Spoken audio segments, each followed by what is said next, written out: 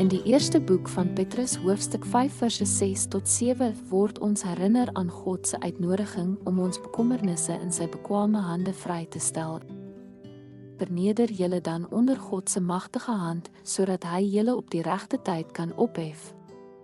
Werp al jou bekommernis op hom, want hy sorg vir jou. Welkom by Geloofspad. Hierdie woorde bied ons 'n kragtige oplossing vir die bekommernis en vrees wat ons dikwels oorweldig. Ons leef in 'n wêreld wat angs kan aanwakker, hetsy van persoonlike uitdagings, globale onsekerhede of alledaagse stres. Petrus se woorde bied vertroosting en onderrig. Eerstens roep hy ons op om ons onder God se magtige hand te verootmoedig. Dit beteken om ons beperkings te erken, dat ons nie in beheer van alles is nie.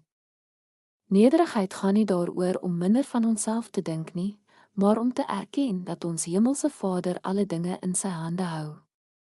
In 'n wêreld vol chaos is dit noodsaaklik om te onthou dat God soewerein is en hy gee baie om vir ons. Tweedens spoor Petrus ons aan om ons bekommernisse op God te werp.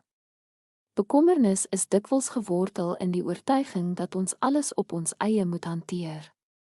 Maar om ons laste op God te werp, is 'n daad van vertroue om ons bekommernisse aan hom toe te vertrou en te glo dat hy ons sal voorsien en lei in sy perfekte tydsberekening.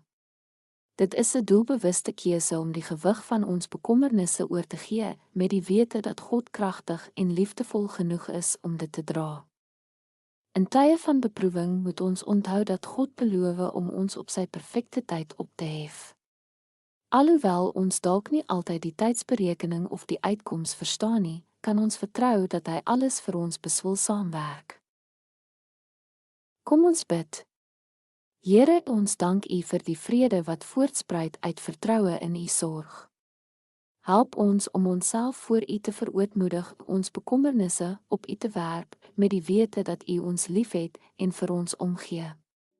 Wanneer die lewe oorweldigend voel, mag ons rus in die versekering dat U in beheer is en dat U ons op die regte tyd sal ophef. In Jesus se naam, amen.